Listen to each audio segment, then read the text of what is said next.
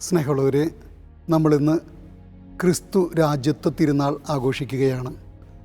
രാജാവ് ഇന്ന് എല്ലാം ജനാധിപത്യമായതുകൊണ്ട് നമുക്ക് വലിയ പരിചയമുണ്ടാവില്ല.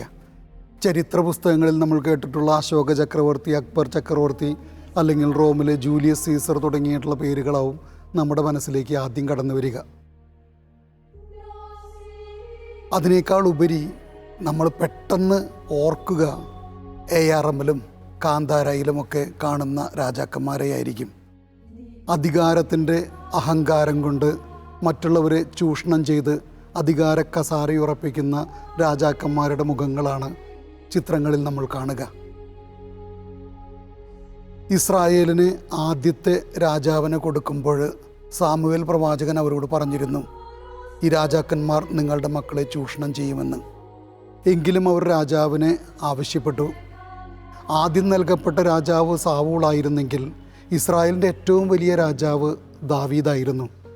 പക്ഷെ ദാവീദിനെ തിരഞ്ഞെടുക്കുമ്പോൾ സ്വന്തം പിതാവ് പോലും അവനെ അതിനുള്ള യോഗ്യതയുള്ളവനായിട്ട് കണക്കാക്കിയിരുന്നില്ല. 8 മക്കളെയും കൊണ്ടുവരാൻ പറഞ്ഞപ്പോഴും 7 മക്കളെ കൊണ്ടുവന്ന് യുവകോമളനായ ദാവീദിനെ ആടുമേയ്ക്കാൻ വിട്ടവനാണ് പിതാവ്. പക്ഷെ അവിടെ നിന്ന് അങ്ങോട്ട് വീണമീട്ടിയ കൈകളിൽ വാളേന്തിക്കൊണ്ട് യുദ്ധം അവന് സാധ്യമെന്ന് പ്രഖ്യാപിച്ചപ്പോൾ സാവൂൾ അവനെ സൈന്യാധിപനാക്കുന്നു.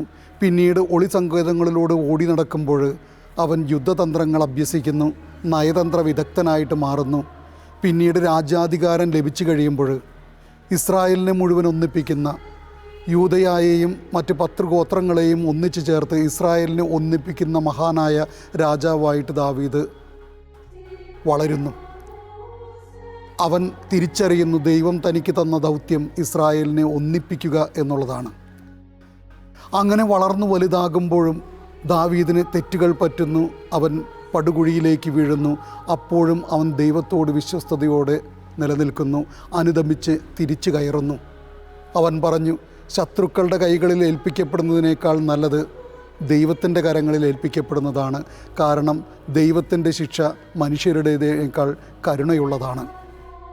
അതുകൊണ്ട് തന്നെ വിശുദ്ധ ഗ്രന്ഥം അവനൊരു നാമം കൊടുത്തു, ദൈവത്തിൻ്റെ ഹൃദയത്തോട് ചേർന്നിരുന്നവൻ. അവനാണ് ദാവീദ്. വിശുദ്ധ ഗ്രന്ഥത്തിലെ പഴയ നിയമത്തിൽ 800-ൽ പരം തവണയും പുതിയ നിയമത്തിൽ 60-ൽ പരം തവണയും ദാവീദിനെക്കുറിച്ചുള്ള പരാമർശമുണ്ട്. മോശ കഴിഞ്ഞാൽ ഏറ്റവും കൂടുതൽ പരാമർശിക്കപ്പെടുന്ന വ്യക്തി. മത്തായിയുടെ സുവിശേഷത്തിൽ 22-ാം അധ്യായത്തിൽ ഇന്ന് നമ്മൾ സുവിശേഷത്തിൽ വായിച്ചു കേൾക്കുന്നത് പോലെ ദാവീദിൻ്റെ പുത്രൻ എന്ന് പറയുമ്പോൾ യഹൂദര്, കർത്താവിൻ്റെ കാലഘട്ടത്തിലുള്ള യഹൂദര് പ്രതീക്ഷിച്ചത് ഈ ദാവീദിനെ പോലെയുള്ള ഒരു സംഭവമല്ല. അവർ പ്രതീക്ഷിക്കുന്നത് റോമൻ ഭരണത്തിന് കീഴിൽ നിന്ന് തങ്ങളെ രക്ഷിക്കുന്ന ഒരു രാഷ്ട്രീയ രാജാവിനെ, നേതാവിനെയാണ്. അതുകൊണ്ട് തന്നെയാണ് കർത്താവ് അവരെ ചലഞ്ച് ചെയ്യുക. കർത്താവ് തൻ്റെ കർത്താവിനോട് അരുൾ ചെയ്തു. ഇവിടെ ഗ്രീക്ക് മൂലത്തിൽ നിന്നാണ് സുവിശേഷകൻ എടുക്കുന്നത്, ഹീബ്രു മൂലത്തിൽ നിന്നല്ല. ഹീബ്രു മൂലത്തിൽ യാഹ്വേ അദോനായി എന്നാണ് പ്രതിപാദിക്കുക. ഇവിടെ ദാവീദിൻ്റെ പുത്രൻ എന്നുള്ളതിൻ്റെ അസാധുതയല്ല, മറിച്ച് അപര്യാപ്തതയാണ് വിവക്ഷിക്കുക.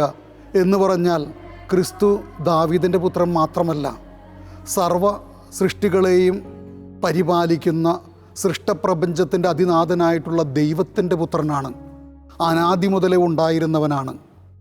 ആ ദൈവത്തിൻ്റെ പുത്രനായിട്ടുള്ള ക്രിസ്തുവിലേക്കാണ് നിങ്ങൾ വളരേണ്ടത്, ആ ക്രിസ്തുവിനെയാണ് നിങ്ങൾ രാജാവായിട്ട് കാണേണ്ടത് എന്നുള്ളത് തന്നെയാണ് ക്രിസ്തു അവരുടെ മുമ്പിൽ പ്രഖ്യാപിക്കുക. ആ ക്രിസ്തുവിൻ്റെ രാജ്യം പീലാത്തോസിൻ്റെ മുമ്പിൽ അവൻ പ്രഖ്യാപിച്ചു, ഐഹികമല്ല. സുവിശേഷങ്ങൾ തുടങ്ങിയപ്പോഴേ പറഞ്ഞു, ദൈവരാജ്യം സമീപിച്ചിരിക്കുന്നു, അത് നിങ്ങളിലാണ്. മനുഷ്യഹൃദയങ്ങളിൽ ദൈവസ്നേഹത്തിൻ്റെ കരുണയുടെ ദൈവരാജ്യം സ്ഥാപിക്കാനായിട്ട് കടന്നു വന്ന ക്രിസ്തു മനുഷ്യഹൃദയങ്ങളെ തന്നിലേക്ക് ആവാഹിച്ചുകൊണ്ട് ദൈവത്തിൻ്റെ അനന്തമായ കരുണയിലേക്ക് അവരെ കൊണ്ടുവരുന്ന ക്രിസ്തു. എസെക്കിയേൽ പ്രവാചകൻ്റെ പുസ്തകത്തിൽ പറയുന്നത് പോലെ നഷ്ടപ്പെട്ടു പോയതിന് തേടിപ്പിടിക്കുന്ന ക്രിസ്തു. ക്രിസ്തുവിൻ്റെ ജനനത്തിന് മുമ്പേ തന്നെ അവൻ രാജാവാണെന്ന് പ്രഖ്യാപിക്കപ്പെട്ട് കഴിഞ്ഞിരുന്നു. അവൻ ജനിച്ചപ്പോഴുള്ള നക്ഷത്രവും പൂജരാജാക്കന്മാരുടെ വരവും അവർ സമർപ്പിച്ച പൊന്നും മീറയും കുന്തിരിക്കവും ക്രിസ്തുവിൻ്റെ രാജ്യത്വവും മനുഷ്യത്വവും ദൈവത്വവും പ്രഖ്യാപിച്ചു കഴിഞ്ഞിരുന്നു. അവസാനം കുരിശിൽ തൂങ്ങിക്കിടക്കുമ്പോഴും അവൻ്റെ മുകളിൽ എഴുതി വെച്ചത് യഹൂദരുടെ രാജാവെന്നാണ്. അവിടെ തൂങ്ങിക്കിടക്കുന്ന ക്രിസ്തുവിൻ്റെ മുമ്പിൽ സൈനികരും സഹശിക്ഷകനും ഒരുമിച്ച് അവനെ അവഹേളിച്ചപ്പോഴും കുരിശിൽ നിന്ന് ഇറങ്ങി വരാൻ പ്രഖ്യാപിച്ചപ്പോഴും അവൻ ഇറങ്ങി വന്നില്ല. അതിന് ദസ്തവസ്കി കാരമസോ സഹോദരന്മാരിൽ പറയുന്നൊരു കാരണമുണ്ട്. അവൻ ഇറങ്ങി വന്നിരുന്നെങ്കിൽ ഇവരെല്ലാവരും അവനിൽ വിശ്വസിക്കാൻ നിർബന്ധിതരായേനെ. ക്രിസ്തു അത് ചെയ്തില്ല. കാരണം അവൻ മനുഷ്യനെ സൃഷ്ടിച്ചത് അവന് സ്വാതന്ത്ര്യം നൽകിക്കൊണ്ടാണ്. ആ സ്വാതന്ത്ര്യത്തെ അവൻ പരമാവധി മാനിക്കുന്നത് കൊണ്ടാണ്. തൻ്റെ അടുത്തേക്ക് വരുന്നവർ, തൻ്റെ ദൈവരാജ്യത്തിലേക്ക് പ്രവേശിക്കുന്നവർ സ്നേഹത്തോടെ സ്വതന്ത്രമായ തീരുമാനത്തോടു കൂടി കടന്നു വരേണ്ടവരാണ്. അങ്ങനെ കടന്നു വന്നവനാണ് നല്ല കള്ളൻ. കുരിശിൽ കിടക്കുമ്പോൾ മറ്റെല്ലാവരും അവഹേളിക്കുമ്പോഴും കുശാഗ്രബുദ്ധിയായിട്ടുള്ള നല്ല കള്ളൻ ആ കുരിശിൽ കിടക്കുന്നവനിൽ രാജാവിനെ കണ്ടെത്തി ആ രാജ്യത്തിൽ പ്രവേശിക്കുവാനുള്ള അപേക്ഷ ഉണർത്തിച്ചു.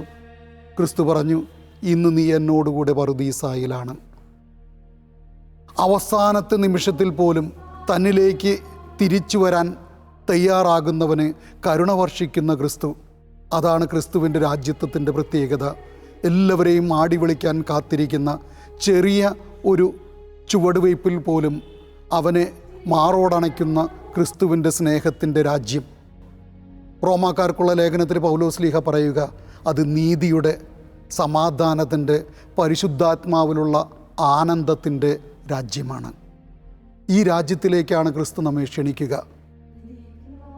സേവനങ്ങളും ശുശ്രൂഷകളും അധികാരങ്ങളും അഹങ്കാരങ്ങളും ആകുമ്പോൾ നമ്മൾ വഴിതെറ്റിപ്പോകുന്നിടത്ത് നിന്ന് ക്രിസ്തു പ്രഖ്യാപിച്ചു ഗിരിപ്രഭാഷണത്തിൽ തൻ്റെ രാജ്യത്തിൻ്റെ മാഗ്ന കാർത്ത.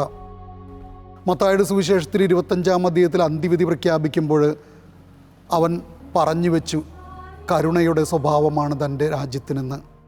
ആ കാരുണ്യത്തിൻ്റെ മുഖം ഉൾക്കൊണ്ടുകൊണ്ട് സ്നേഹത്തിലൂടെ ക്രിസ്തുവിലേക്ക് തിരിച്ചു നടക്കാൻ നമ്മൾ തയ്യാറാകുമ്പോൾ, നമ്മുടെ ഹൃദയങ്ങളെ ഭരിക്കുന്ന രാജാവായി അവനെ ഏറ്റെടുക്കുമ്പോൾ, നമ്മുടെ ഓരോ തീരുമാനത്തിൻ്റെയും ഓരോ മാനദണ്ഡത്തിൻ്റെയും ഓരോ പ്രവൃത്തിയുടെയും അടിസ്ഥാനം ക്രിസ്തുവിൻ്റെ സ്നേഹമായിട്ട് മാറുമ്പോൾ 1925 11-ാം പിയൂസ് മാർപ്പാപ്പ പ്രഖ്യാപിച്ച ക്രിസ്തു രാജ്യത്വ തിരുനാൾ ആപേക്ഷികതകളുടെ നടുവിൽ, എല്ലാം അധികാരങ്ങളുടെ അധികാരപ്രമത്തതകളുടെ നടുവിൽ, ഇതിനുമൊക്കെ അപ്പുറത്ത് സ്നേഹത്തിൻ്റെ ശുശ്രൂഷയുടെ ഹൃദയങ്ങളെ കീഴടക്കുന്ന ഒരു ക്രിസ്തു രാജാവുണ്ട്.